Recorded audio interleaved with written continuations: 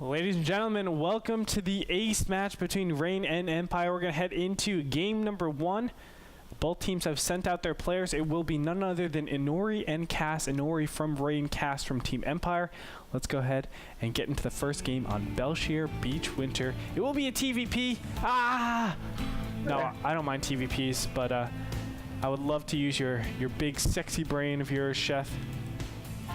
Maybe another game. Maybe another game. Not saying that, you know, it won't be used this game.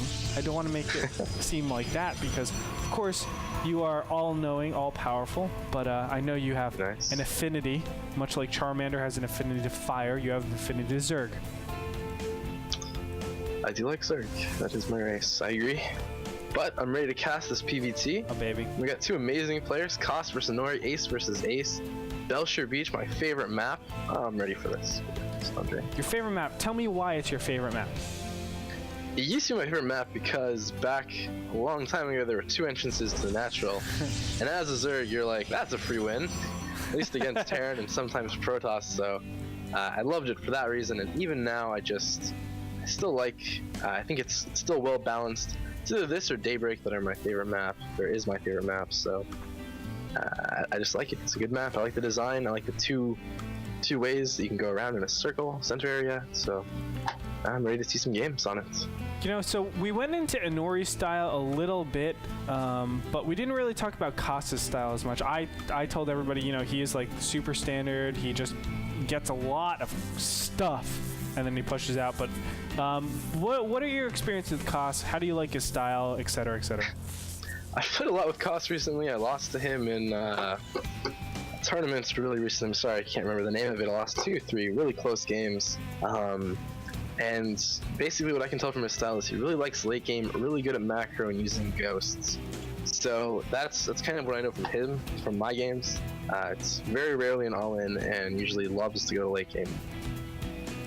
Yeah, and that's where I think he shines the most. You know, Day 9 always talks about him. I know he shows up in the Day 9 dailies so many times.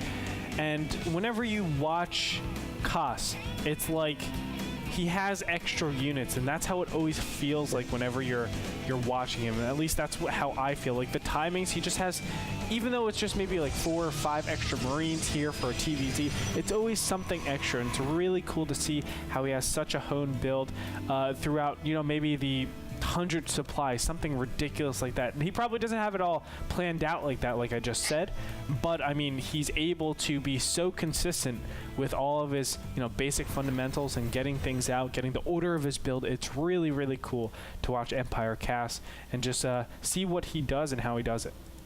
Yeah, as we say this, it looks like he's going for a 1-1-1 build, which is going to be quite interesting.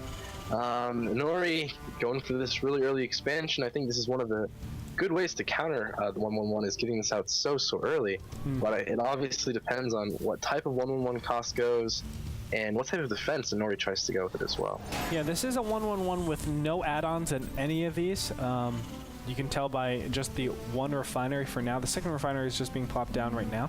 But normally what we see from this is just 8 Marines, 4 Hellions, and 1 medevac push out, and then you can do multi-pronged attacks. Yeah, exactly. Yep. It is go, go, go. You do multi-pronged tanks, put your Hellions in the back over here, kill some probes, and then your Marines are going up in front. It really forces your opponent to split their units. And both, you know, obviously Hellions are really mobile. Marines with that 1 medevac are going to be pretty strong, actually. And it forces some pretty hard decision-making things upon your opponent. Yeah, I agree. I'm looking forward to it. And Nori doesn't quite know what's going on yet. Koss has his Marines at the top of the ramp, not letting Nori see if he's expanding or going for this. I like it. And Koss knows there's an expansion. I think that's probably why he went for this no add-ons early on. But this Stalker might be able to see if he does load up, but no, not going to see anything. And going to be excited to see how this ends up playing out. Now you can see a reactor is actually going to plop down, and the starport is actually taking a tech lab right now. Now the Hellions will pop out as soon as they hit forward. There you go. So it's 8 Marines, a medevac, and 4 Hellions. And what they're basically going to do is they want to be seen so that the units get pulled to the front over here. You can see that the Stalker and the Sentry, only Stalker and Sentry are actually moving out to the front. And now the 8 Marine drop is going to do a lot of damage because all the units are out of place. Yeah, this is really good for Costas. What he needed to do, he needs to be kind of stutter stepping them. But oh, look at the Hellions get in too. Oh. This is looking bad for Nori. Yep, Inori doesn't really have a lot of units here, and oh god, no, Inori! And he's gonna group up right there. Oh god, that's the most beautiful hits in the world. Probes are I agree, they only get prettier. They only get prettier, man. There it is. GG. GG, a very, very comfortable win for Kos right there. Sheth, any thoughts on that?